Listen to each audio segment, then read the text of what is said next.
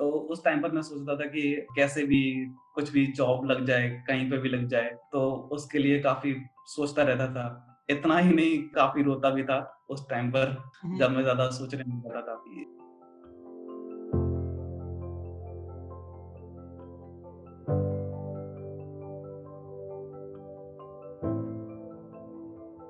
Good morning, good afternoon, good evening, whenever you are watching this video. Today we have Shubham Srivastava with us. काफी सारे लोगों के messages आ रहे थे। पहले अटेम्प्ट मेरा गेट क्लियर नहीं हुआ है, तो क्या मुझे सेकंड अटेम्प्ट के लिए जाना चाहिए या नहीं जाना चाहिए। तो हमने सोचा कि क्यों ना एक ऐसी सीरीज की शुरुआत की जाए जहां पे हम टॉपर्स की लाइफ स्ट्रगल के बारे में हम डिस्कस करेंगे, हम उनसे खुद जानेंगे कि उनकी लाइफ में उन्होंने क्या क्या स्ट्रगल्स देखे। आज हमारे साथ है शुभम श्रीवास्तव। इनके बारे में जितना बोले उतना कम है। मतलब एक लाइन में अगर मैं इनको डिस्क्राइब करूं तो ये एक ऐसे इंसान है जो कि नेवर गिव अप एप्टीट्यूड के साथ हमेशा लाइफ में अपना काम करते रहते हैं, मेहनत करते हैं और कुछ नहीं सोचते हैं। Shubham Srivastava, welcome welcome to the show. Thank you Alan. मैं पहले दर्शकों को बताना चाहूंगा, शुभम श्रीवास्तव जी ने 2015 में पहली बार गेट दिया था और उस बार उनका गेट स्कोर कार्ड भी नहीं आया था, मतलब गेट उन्होंने क्वालिफाई भी नहीं किया था। और 2016 में दिया, 17 में दिया एंड 2018 में उनकी रैंक आई 276। और फिर उन्होंने as a junior executive airport authority of India में पीएसयू में उन्होंने ज्वाइन किया। तो शुभम, तो ये जो 4 साल की जर्नी थी ये कैसी थी? काफ़ी स्ट्रगल भरी थी और काफ़ी प्रॉब्लम्स होती थी। एक्चुअली क्या है, सपोर्ट की ज़रूरत पड़ती है, फैमिली का सपोर्ट काफ़ी मिला। कभी-कभी प्रॉब्लम्स होती हैं क्योंकि फाइनेंशियल कंडीशंस इतनी अच्छी नहीं है मेरे घर की, तो उससे कोप अप करके रहना पड़ता था। तो क्या फाइनेंशियल कंडीशंस ही एक वजह थी कि आपने एमटेक या मास्टर्स करने का डिसीजन को ड्रॉप किया और आपने सोचा कि चलो पीएसयू ज्वाइन करते हैं? हाँ, उसके पीछे मेरा फाइनेंशियल कंडीशन रीज़न था, अच्छा। क्योंकि मेरे पास आईआईटी दिल्ली का भी ऑफर था एमटेक करने का, और दूसरा मेरे हाथ में एयरपोर्ट अथॉरिटी वाला था। तो मैंने आईआईटी दिल्ली ड्रॉप कर दिया क्योंकि मेरे फैमिली मेंबर्स ने उन्होंने बोला कि अभी घर में फाइनेंशियल सपोर्ट चाहिए उन लोगों को। सो मैंने वो सब छोड़ दिया फिर उसके बाद। हाँ, लेकिन वही मेरा ड्रीम था एक आईआईटी में पढ़ने का, वो चला गया। ड्रीम तो ठीक है, ड्रीम आते हैं जाते हैं, लेकिन जो आपने अचीव किया है कि जो एक पहले से सपना था कि एक गेट फोड़ना है वो आपने फोड़ा।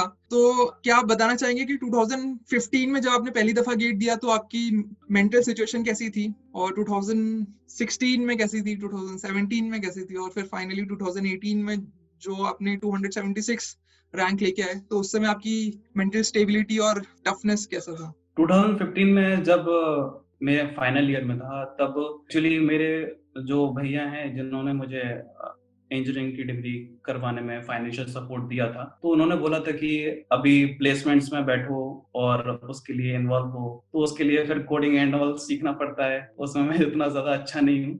एक्चुअली इसी में मैं इलेक्ट्रॉनिक्स का ही ज़्यादा अच्छा आता है मुझे, टेक्निकल। तो उसमें काफ़ी इन्वॉल्व होने की वजह से 2015 का गेट जो था उसमें प्रिपरेशन बिल्कुल ज़ीरो ही था। सो उसका तो गेट स्कोर कार्ड भी नहीं आया था मेरा। और उसके बाद फिर मैंने सोचा कि अभी ये सब छोड़ देते हैं, प्लेसमेंट्स एंड ऑल।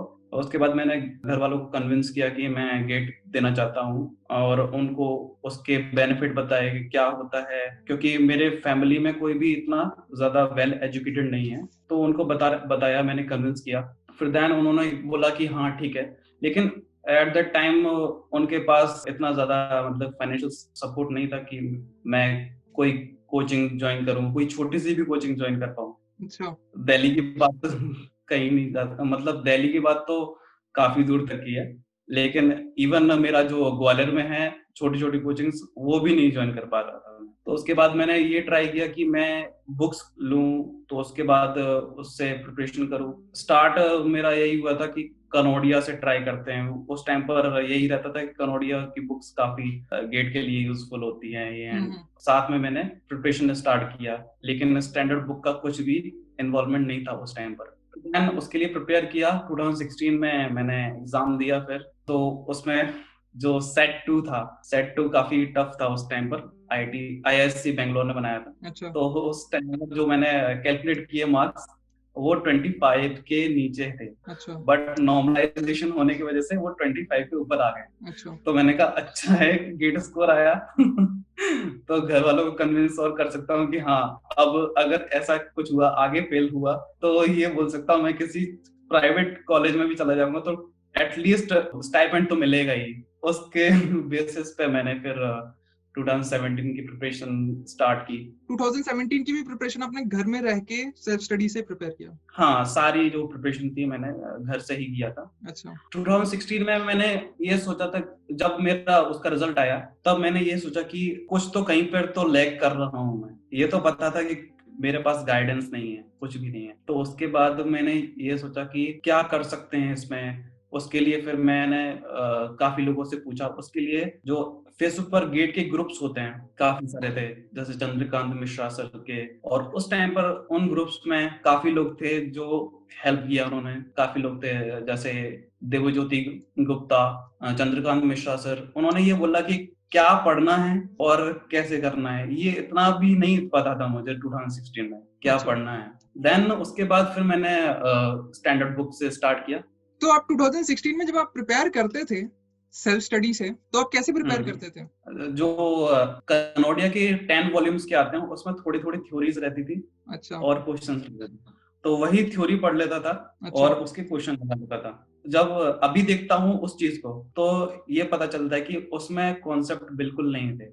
वो बस राइट। ये है कि आपको क्वेश्चन सॉल्व करने के लिए अच्छी बुक्स हैं वो। बस उस टाइम पर यही लैग किया मैं कि स्टैंडर्ड बुक्स तो पढ़ना ही पड़ेगा। फिर आपने 2017 में स्टैंडर्ड बुक्स पढ़ना स्टार्ट किया? हाँ, उस टाइम पर फिर मैंने स्टार्ट किया एक एक सब्जेक्ट से। पहले सबसे पहले मेरा क्या था कि स्कोरिंग सब्जेक्ट्स हैं वो स्टार्ट किए, क्योंकि हाँ मैं पहले इजी सब्जेक्ट पहले कंप्लीट करना चाहता था, तो फिर वो स्टार्ट किए। उसके बाद मेरा ऐसा था कि जैसे फर्स्ट सब्जेक्ट खत्म हुआ उसके नोट्स बनाता था मैं। नोट्स मतलब कंसाइज रहते थे। उसके बाद जो नोट्स रहते थे उनको रख के फिर सेकंड सब्जेक्ट स्टार्ट करता था और फर्स्ट वाले का रिवीजन करता रहता था। अच्छा मतलब ऐसा नहीं होता था कि कभी जो पुराना पढ़ लिया वो भूल गया, ऐसा कभी नहीं होता था। ठीक है। ऐसे ही वो चलता रहा और फिर टेस्ट सीरीज ज्वाइन किया मैंने। टेस्ट सीरीज में मेरे अराउंड 25-30 ऐसे मार्क्स आते थे अच्छा आउट ऑफ 100। और जो सब्जेक्ट टेस्ट होते हैं आउट ऑफ 50, आउट ऑफ 30, इस तरीके, तो उसमें अराउंड 10-20 इतने आते थे। अच्छा और उससे लेकिन इतना ज्यादा प्रॉब्लम नहीं होता था। मुझे ये पता था कि मुझे सीखना है, वो सीखने की प्रोसेस लगातार चलनी चाहिए। वो सीखने का चलता रहता था और धीरे धीरे मैंने इम्प्रूवमेंट किया। फेसबुक पर सोनू शर्मा जो 2017 के गेट AIR 4 हैं, हम्म। हाँ, तो वो भी गेट के ग्रुप्स में थे, तो हम लोगों के डिस्कशन होते रहते थे। धीरे धीरे हम लोगों ने बातें कर करके एक मतलब इम्प्रूवमेंट लाया खुद में।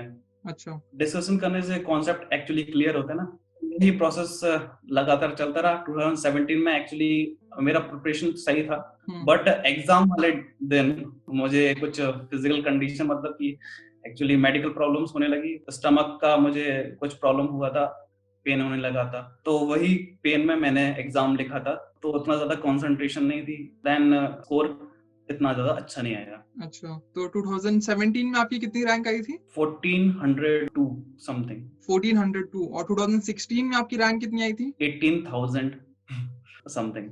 तो मतलब नो गेट स्कोर से 18,000 समथिंग से 1400 समथिंग। यस, मैंने अपना मार्क्स सीधे डबल कर दिया था। 25 था मेरा और वो डबल होके सीधे 50 आ गया था। अच्छा तब मैंने सोचा कि हाँ, ये इम्प्रूवमेंट अच्छा है एटलीस्ट। अच्छा उस टाइम पर भी मैंने ये नहीं सोचा कि कोई नेगेटिव थॉट्स नहीं लेके आया मैं, ये मेरे साथ ही क्यों हो रहा है, कि ये मेरा तबीयत खराब हो गया उसी टाइम पर। ये बस सारे के सारे बहाने होते हैं, राइट। एक्सक्यूजेस होते हैं कि मैं ये नहीं कर पाया, वो नहीं कर पाया। वो एक्सक्यूजेस नहीं होने चाहिए। आपको काफी कारण मिल जाएंगे कि क्यों मेरे को अगला गेट नहीं देना चाहिए, लेकिन आपको सिर्फ एक कारण की जरूरत है कि क्यों आपको अगला गेट देना चाहिए। हाँ, ये तो किसी गेट एग्जाम, किसी एक पर्टिकुलर एग्जाम की बात नहीं है, ये हाँ, किसी भी एग्जाम की बात करें ना, ये लाइफ की तो बात है। हाँ, किसी भी एग्जाम की बात करो, अगर आपको ये पता है कि आप इम्प्रूव कर सकते हो तो आपको करना ही चाहिए। जैसे कि मतलब गेट में तो फिर भी हम लोग अमूमन देखते हैं कि लोग इतने अटेम्प्ट नहीं देते हैं। लेट्स टॉक अबाउट, अगर यूपीएससी की बात करें तो यूपीएससी में काफी लोगों ने तो 6 अटेम्प्ट, अपने आखिरी अटेम्प्ट में भी यूपीएससी को निकाला है। हाँ जैसे कि अभी हम अभी 2017 में हैं, तो 2017 में आपका 1400 समथिंग रैंक आया, तो अभी लगभग 2 साल घर में बैठ के हो चुके हैं, लगभग 2 साल आपने घर में बैठ के प्रिपरेशन किया हुआ है। तो कितना प्रेशर था घर की साइड से, या कितना प्रेशर था कि जो दूसरे लोग आते थे, या रिलेटिव्स का ताना कह लो, या फिर कोई प्रेशर था, या फिर सिर्फ सपोर्ट ही था कि पेरेंट्स ने बोला कि प्रिपेयर करो, एक ना एक दिन हो ही जाएगा? जब 2017 का रिजल्ट आया उसके बाद फिर मेरे फैमिली वाले इतने सपोर्टिव नहीं हुए थे स्टार्ट में। उस टाइम पर एक्चुअली क्या था, मेरे भैया ही सपोर्ट करते थे फाइनेंशियली उस टाइम पर भी, और मेरे जो कजिन्स हैं तो उन्होंने यही बोला कि ये अपनी लाइफ खराब कर रहा है, घर पे बैठा हुआ है, ये गैप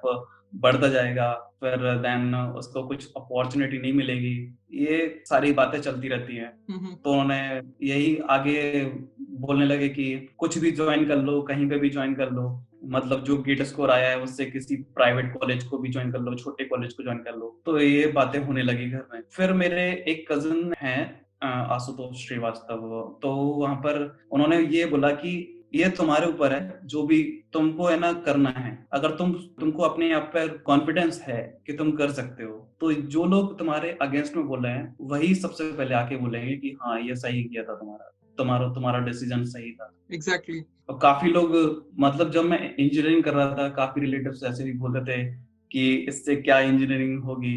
अच्छा।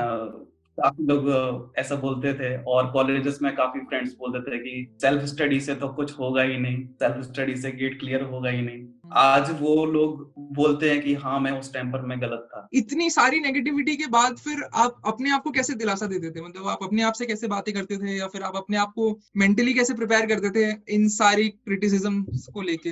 ये सारे नेगेटिविटी से करने के लिए तो मतलब एक्चुअली मैं थोड़ा शांत रहता हूँ, मैं ज्यादा बातें नहीं करता, घर में भी किसी से अच्छा। कुछ बोलता नहीं हूँ। अगर मुझे कुछ मोटिवेशन चाहिए होता है तो फिर मैं किसी स्पिरिचुअल बुक को पढ़ लेता हूँ। जैसे उस टाइम पर 2017 के समथिंग, उस टाइम पर मैंने भागवत गीता पढ़ी हुई थी, वो मेरी फेवरेट बुक है। तो अच्छा। उससे भी काफी कुछ सीखता था, लाइफ लेसन्स मिलते हैं, कैसी कैसी कंडीशंस आएंगी तो क्या करना है, उनको इम्प्लीमेंट करना चाहिए। अगर लोग पढ़ते हैं तो इम्प्लीमेंट करना चाहिए। मैं ये सोचता था कि अगर हम कुछ कर रहे हैं, कुछ अच्छा कर रहे हैं, तो रिजल्ट अच्छा मिलेगा ही।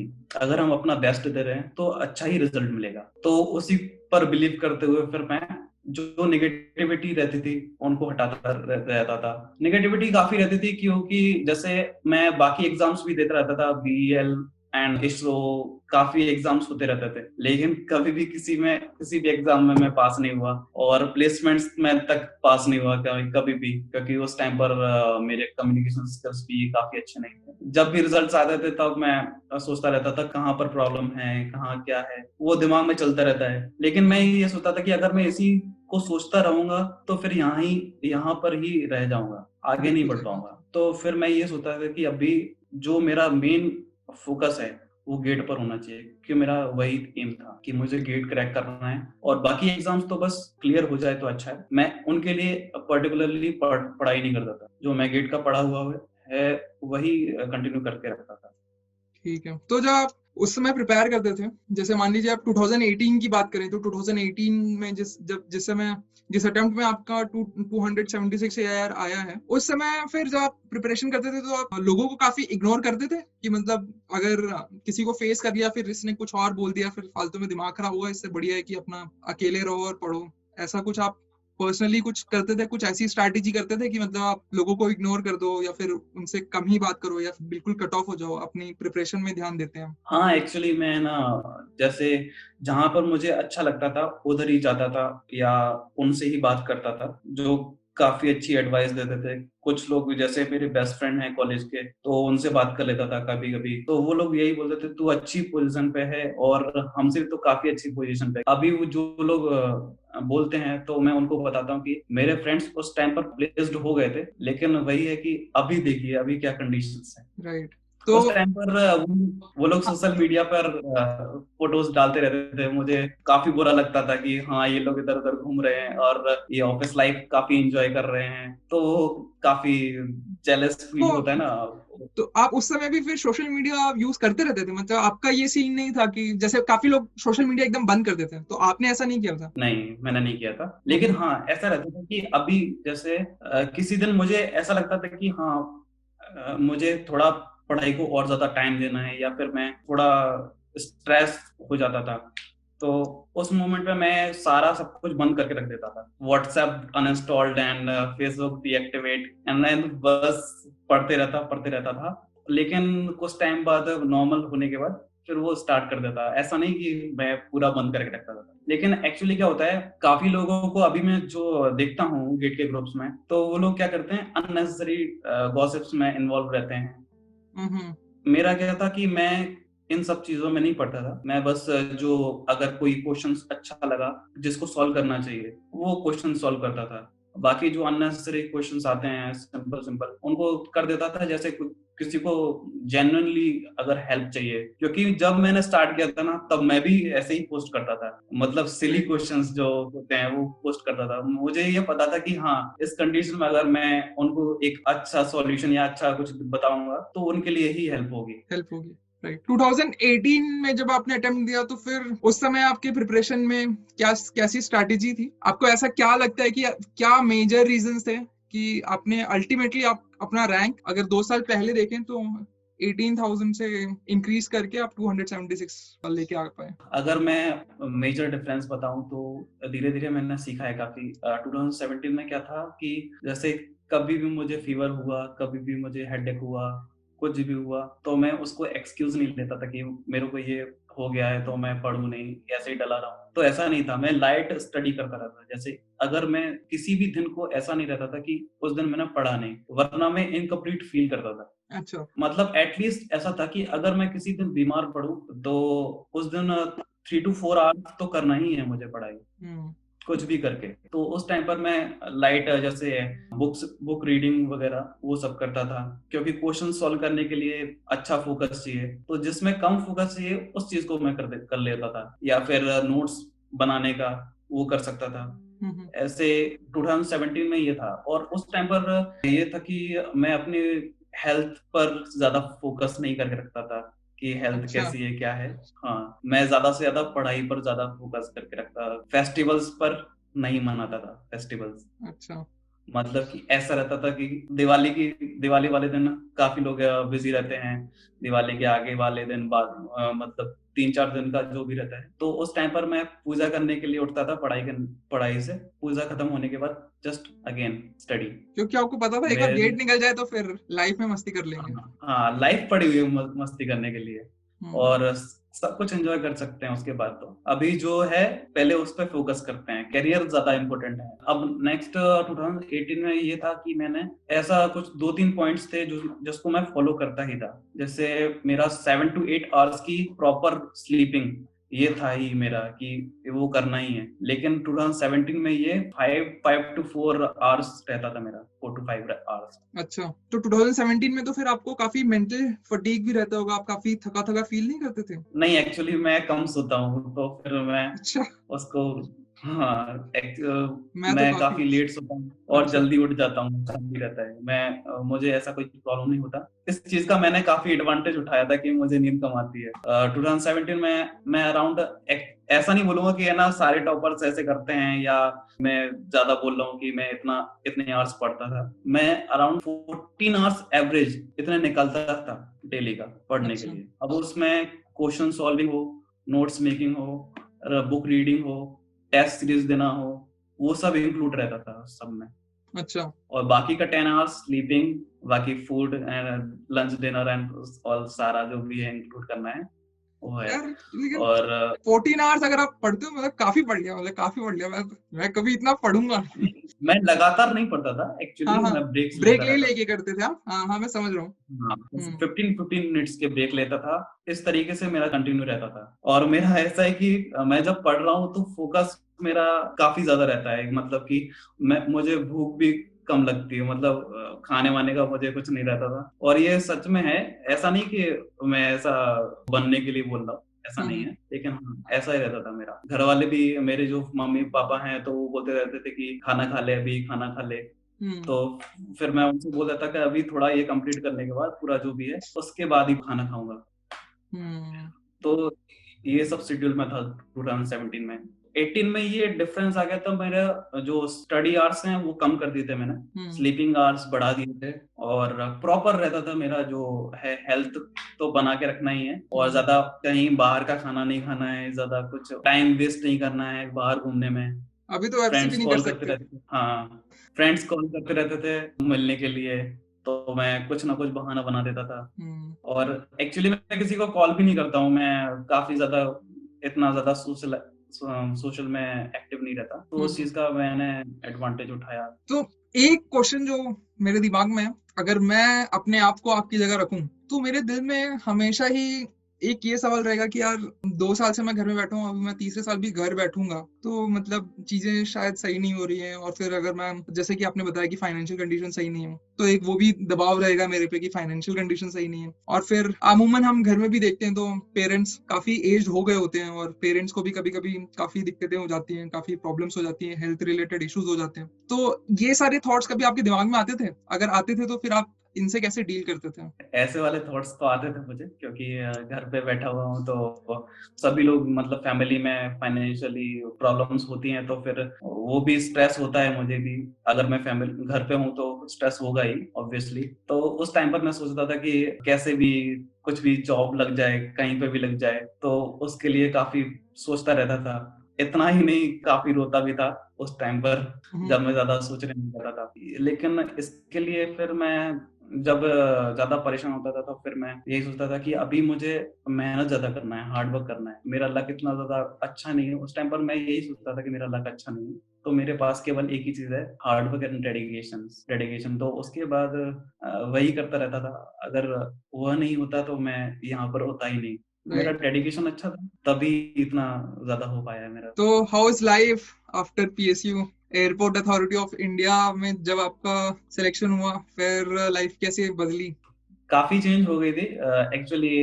फाइनेंशियल कंडीशन तो काफी अच्छी हो गई है मेरी, और बाकी ऑफिस ऑफिस आवर्स चलते रहते हैं, और यहाँ पर टेक्निकल वर्क है, इसी से रिलेटेड, कम्युनिकेशन से रिलेटेड। सो ठीक है, अच्छा है, मेरे को काम करने को मिल जाता है, काफी सीखने को मिल जाता है, कुछ नई नई चीजें। और हम्म। बाकी यहाँ पर अच्छा डोमेन है, आगे प्रोग्रेस भी है। और अभी मम्मी पापा खुश, दूर के रिश्तेदार खुश, दोस्त लोग खुश? हाँ, सभी को एक्चुअली मेरे सारे फैमिली, जो आसपास की फैमिली हैं, फैमिली मेंबर्स हैं, सारे रिलेटिव्स एंड ऑल, वो उन उसमें सबसे ज्यादा आगे जो प्रोग्रेस किया है, सक्सेस पाई हुई है, मैंने ही पाई हुई है। तो वो लोग काफी बोलते हैं कि है ना, ये पूरा जो परिवार है उसमें सबसे अच्छा मैं ही निकला हूँ, ऐसा बोलते हैं। लेकिन मैं इन सब चीजों को मैं ना दिमाग पर नहीं लेता, कि अगर मैं दिमाग पे लूंगा फिर वो बहुत बुरा होगा मेरे लिए ही। और जब मैं हम्म प्रिपरेशन कर रहा था, तब मैं जैसे जैसे इम्प्रूव कर रहा था, उस टाइम पर काफी लोग बोलते थे कि हाँ, अब तू तो टॉपर बनेगा, और ये तो टॉपर है, गेट का टॉपर है, मतलब एग्जाम के पहले ही आपने डिक्लेयर कर दिया। तो मैं ये सोचता था कि मुझे पता है आप किस लिए बोल रहे हो, मुझे पता है, मतलब कि मैं उसको दिमाग पर नहीं लेता था। अगर दिमाग पे लूंगा तो फिर वो पढ़ाई नहीं हो पाएगी, मेरे को इतना पता था। काफी हम्म। डिस्ट्रैक्शन होते हैं अगर हम स्टडी कर रहे हैं ना, तो डिस्ट्रैक्शन काफी सारे आएंगे, चाहे वो, अगर मैं लड़कियों का बोलूं, या फिर कुछ और, कुछ कमेंट्स, वो सारे आते हैं फैक्टर्स। तो लेकिन उससे आगे निकलना ही पड़ता है। बिल्कुल सही। जैसे ये काफी पर्सनल सवाल हो जाएगा, आपको आंसर देना तो दे देना, एनोनिमस करके आंसर दे देना, किसी का नाम नहीं लेना। लेकिन जैसे कि आप प्रिपरेशन कर रहे हो, राइट, आपको पता है कि आप किस कंडीशन में प्रिपरेशन कर रहे हो, आपके हालात कैसे हैं, या 2 साल 3 साल आप घर में बैठ के प्रिपरेशन कर रहे हो, तो कोई एक ना एक इंसान ऐसा होता ही है जो कुछ ऐसा बोल दे, दिमाग में लगता है कि जब हो जाएगा ना तब इस बंदे से मिलेंगे। ऐसा कोई था? ऐसे, मतलब एक्चुअली इंजीनियरिंग के टाइम पर था, जब मैं इंजीनियरिंग कर रहा था, हम्म तब मेरे ही रिलेटिव थे एक, तो उन्होंने ही बोला था कि ये इससे इंजीनियरिंग नहीं होगी, कुछ भी नहीं होगा इससे। हम्म और उनका ही जो बेटा है वो भी इंजीनियरिंग कर रहा था, उसके, मेरा एक्चुअली पूरा जो डिग्री है वो क्लियर हो गई थी बिना कुछ बैक एंड ऑल, किसी सब्जेक्ट में फेल नहीं होता। लेकिन उनके बेटे का इतना अच्छा नहीं हुआ था। लेकिन मैं ऐसा कंपेयर नहीं करूंगा कि वो ज्यादा अच्छा नहीं है, मैं ज्यादा अच्छा हूँ, ऐसा कुछ नहीं है। वो सब इंटरेस्ट पे डिपेंड करता है। फिर बात करते हैं कि अगर आपको कुछ सजेशंस हम्म। देने हो कि जैसे कोई एक इंसान है जिसका पहले गेट अटेम्प्ट में क्लियर नहीं हुआ है, तो आप उसको क्या सजेशंस देंगे? अगर वो भी आपके जैसे सोच रहा है कि सेकंड अटेम्प्ट देना चाहिए या नहीं देना चाहिए, या फिर जॉब कर लेते हैं और जॉब के साथ साथ ट्राई करेंगे, तो आप ऐसे लोगों को क्या एडवाइस देना चाहेंगे? जॉब के साथ किया जा सकता है, लेकिन वो डिपेंड करता है आप कैसे टाइम मैनेजमेंट करते हो। ऐसा कुछ प्रॉब्लम नहीं है कि आपको जॉब छोड़ना ही पड़ेगा। मैंने भी काफी एक दो लोगों को देखा हुआ है, वो जॉब के साथ में क्लियर कर लेते हैं। मेरे साथ में ही जो है एक्चुअली यहाँ पर जो पोस्टेड है, उन्होंने भी गेट दिया था, एयरपोर्ट अथॉरिटी में रह के गेट दिया अच्छा। था, उनका भी अच्छा अच्छा रैंक आया था। हम्म। तो वही है कि आपके ऊपर डिपेंड करता है आप कैसे टाइम मैनेज करते हैं, आपके कितने कॉन्सेप्ट क्लियर हैं, आप हम्म। कितना प्रैक्टिस कर सकते हैं। वो आपकी स्ट्रेटजी पे डिपेंड करता है, टाइम मैनेजमेंट पे डिपेंड करता है। ये कुछ भी नहीं है कि आपको इतना ही स्टडी आवर्स देना ही है, मुझे केवल 10 आवर्स दे रही हैं डेली एंड 8 आवर्स देने हैं, ऐसा कुछ भी नहीं है। अगर आप 4 to 5 आवर्स भी अगर अच्छे से पढ़ाई कर लेते हैं, या फिर इफेक्टिव स्टडी जो है, मतलब कि जो मेन चीजें होती हैं, कॉन्सेप्ट क्लियर हैं, कॉन्सेप्ट नहीं भी क्लियर है, तो फिर उस चीज को प्रैक्टिस करते करते क्लियर करो। ये स्ट्रेटजी पे डिपेंड करता है। जब 2018 में आपने अपनी रैंक देखी, उसके बाद कैसा महसूस हुआ? हाँ, काफी अच्छा लगा था, लेकिन मैं उससे भी सेटिस्फाइड नहीं था। मैं चाहता था कि मेरा सिंगल एंड डबल डिजिट, मैं अच्छा। उससे भी सेटिस्फाइड नहीं था। लेकिन हाँ, कहीं पर तो सेटल होना पड़ता है, ठीक है। तो मुझे वो सेटल होने के लिए एक जगह मिल गई थी कि हाँ, मेरा कहीं पीएसयू में हो जाएगा। ऑफर्स आए थे, एनटीपीसी से आया था एंड और बाकी पीएसयू से भी आए थे, लेकिन फिर मैंने एयरपोर्ट अथॉरिटी को चूज किया था, क्योंकि वो उसकी जो जॉब लोकेशंस अच्छी होती हैं। एयरपोर्ट अथॉरिटी ऑफ इंडिया में आपको कैसी फैसिलिटीज मिल रही है? मतलब जस्ट टू मोटिवेट कि अगर कोई इंसान ये सुन रहा होगा, कोई स्टूडेंट, एस्पायरिंग स्टूडेंट ये सुन रहा होगा, तो शायद थोड़ा उसको कुछ इंस्पिरेशन मिले कि अच्छा भाई, मतलब 4 साल घिसा है लेकिन उसके बाद कैसे रिजल्ट्स मिलेंगे। काफी अच्छे रिजल्ट्स मिलेंगे। एक्चुअली यहाँ पर लाइफ काफी स्मूथ चलती है, कोई स्ट्रेस नहीं है, कुछ नहीं है। हम्म। और मेडिकल फैसिलिटीज अच्छी मिलती हैं, और अलाउंसेस हाँ बाकी पीएसयू से कम है, लेकिन हाँ, अगर हम सेटिस्फाइड हैं तो जितना भी है उसमें भी सेटिस्फाइड, मतलब उतना भी काफी होता है। मेरे हम्म। लिए इतना काफी है। और बाकी जो चीजें हैं, जैसे सैलरी अभी इसका बेसिक कम है, काफी अलग पीसी, काफी दूसरी पीएसयू से, जैसे आईओसीएल का अगर जिसमें रिक्रूट होते हैं तो 60,000 से स्टार्ट होता है, इसमें 40,000 से स्टार्ट होता है। हम्म। और बाकी जो बेसिक अलाउंसेस हैं वो सेम हैं, और इसमें हम्म। कुछ जैसे यूनिफॉर्म्स एंड ऑल वो सब ऐड हो जाते हैं, और कुछ नहीं भी मिलते, जैसे आईयूसीएल में मिलता है फर्नीचर वगैरह का, वो इसमें नहीं मिलता है। लेकिन यहाँ पर एक्चुअली ये है कि जो हमारा इलेक्ट्रॉनिक्स डोमेन है उसमें वर्क करने के लिए मिलता है, उसकी कुछ ना कुछ एक एडवांस टेक्नोलॉजी होती है, जिसमें ये प्लेन्स वर्क करते हैं, जो कम्युनिकेशन स्टैब्लिश कैसे होता है, ये काफी हम लोग सोचते होंगे कैसे होता है, क्या टेक्नोलॉजी यूज की हुई है, वो सब सीखने के लिए काफी स्कोप मिलता है। यहाँ पर पूरा ट्रेनिंग्स होती हैं। पूरा जो आपने पढ़ाई करी है, जो कोर इंजीनियरिंग है, वो आप आजकल अप्लाई करते होगे, उन्हीं नॉलेज पे हाँ आप काफी काम करते होगे, जो कि अमूमन लाइफ में आप या फिर बाहर आपको ये सारी चीजें अप्लाई करने का मौका ना मिले। हाँ, मतलब कि बाकी जो पीएससी से कंपेयर करूं तो सीखने के पर्सपेक्टिव से ये काफी अच्छा है, क्योंकि हम एक कोर जो है उसमें वर्क कर रहे हैं। हम्म। जैसे चाहे वो रडार हो, चाहे वो वीएचएफ हो, इसमें हम वर्क करते हैं। तो अगर कभी ऐसे पीसीबी पर काफी काम करने को मिल जाता है कभी कभी, तो हम्म। वो भी अच्छा स्कोप है इसमें। अच्छा, तो मेरे ख्याल से आपने काफी अच्छे इंसाइट्स दिए अपनी लाइफ के बारे में और अपने एंटायर जर्नी के बारे में, कि एक आपका हमेशा से एक नेवर गिव अप एटीट्यूड रहा है। अभी बात करते हैं, जो भी स्पीकर मेरे साथ आते हैं या फिर इस प्लेटफॉर्म पे आते हैं, तो मैं उनसे एक रैपिड फायर राउंड रखता हूँ, जिसमें मैं एक फटाफट कुछ सवाल पूछूंगा और आप के दिमाग में जो भी पहले आंसर आएगा आप मुझे बता देना, एक शब्द ओके या फिर एक स्टेटमेंट में। Okay okay. तो स्टार्ट करते हैं। तो अगर आपको ईसी ब्रांच नहीं लेनी होती तो फिर कौन सी ब्रांच लेते हैं? इलेक्ट्रिकल। इलेक्ट्रिकल नहीं लेनी होती तो? ये टफ है, ये टफ क्वेश्चन है। उस केस में मैं मैकेनिकल चूज करता। अच्छा, ये मैंने क्वेश्चन इसलिए पूछा क्योंकि आपका फेसबुक आईडी भी ऐसी है ना, शुभम श्रीवास्तव ईसी, तो मैंने इसलिए पूछा था कि मतलब ईसी से इतना प्यार है कि ईसी ही रख लिया आईडी तो। हाँ। अच्छा, ठीक है। मेरा अगला सवाल है कि अगर आपको अभी चांस मिलता है कि आप टाइम ट्रैवल करके 2015 वाले शुभम से मिले, तो आप उसको 3 ऐसी क्या चीज बताओगे? फर्स्ट, अपना जो स्टैंडर्ड बुक है वो फॉलो करो, और प्रीवियस ईयर क्वेश्चन सॉल्व करना है, एंड टेस्ट सीरीज, ये चीजें हैं। इसके साथ में रिविजन्स रेगुलर होना चाहिए। रिविजन्स मतलब कि 1 आवर या हाफ एन आवर, ये इतना सफिशिएंट होता है डेली का। My next question would be कि अगर आपकी लाइफ पे एक मूवी बने तो वो मूवी किस जॉनर की होगी? क्या वो एक्शन होगी, थ्रिलर होगी, हॉरर होगी, कॉमेडी होगी, क्या होगा वो? ड्रामा होगा। अच्छा, तो next question would be personal है, नहीं देना तो स्किप कर देना। अभी सिंगल हो या फिर कमिटेड हो? अभी सिंगल हूँ। अभी भी? नहीं, काफी टाइम से सिंगल हूँ। अच्छा, चॉइस है, शक्ति? नहीं, चॉइस भी है और करना भी नहीं अभी, इसलिए। हाँ, तो जो सिंस मुझे आपके आगे के गोल्स पता है कि आप किन चीजों में जाना चाहते हो, ठीक है, हम रिवील नहीं करेंगे, लेकिन it is very good choice. मैं आपको तहे दिल से शुक्रिया कहना चाहता हूँ कि आप इस प्लेटफॉर्म पे आए और आपने अपनी सारी चीजें, अपनी जितनी भी स्ट्रगल है वो शेयर किया, और आपके आगे की जिंदगी के लिए, आपके आने वाले एंडिव्यूअर्स के लिए ऑल द बेस्ट। मेरी शुभकामनाएं आपके साथ हैं। Thank you so much Alan. और मैं इतना बोलना चाहता हूँ कि मुझे मेरी जो लाइफ है इतनी ज्यादा मोटिवेटिंग नहीं लगता है कि मैंने इतना सब कुछ किया है। मुझे सच में नहीं लगता है कि मैं, जब तुमने बोला कि इंटरव्यू लेना है, उसके पहले भी मैं सोच रहा था कि यार ऐसा क्या है मेरी लाइफ में जो ये इंटरव्यू लेने के लिए तो आपकी लाइफ में ऐसा क्या है? तो एक क्वेश्चन पूछता हूँ आपसे कि ऐसे कितने लोगों को जानते हो जो 4 साल गेट देते हैं? पहला। दूसरा, ऐसे कितने लोगों को जानते हो जो पहले साल ही गेट देते हैं और उसके बाद छोड़ देते हैं देना? काफी लोगों को जानता हूँ मैं। तो इसी में ही उत्तर छुपा है। हाँ, ये हो सकता है।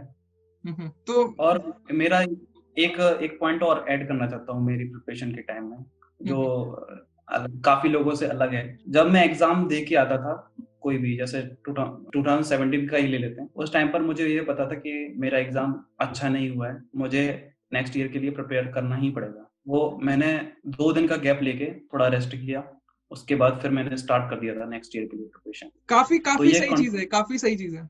कंटिन्यूस, मतलब कि आपको पता होनी चाहिए। सेल्फ एनालाइज एक ऐसी चीज है, अगर वो नहीं है ना तो आप प्रिपरेशन ठीक से कर ही नहीं सकते हैं। खुद को एनालाइज करते रहना चाहिए, उससे ही पता चलेगा कि आप में इम्प्रूवमेंट हो रही है या नहीं हो रही है। अगर ये है तो आपको पता चलेगा कि आगे देना है गेट या कोई भी एग्जाम जिसके लिए प्रिपेयर कर रहे हैं वो करना है या नहीं।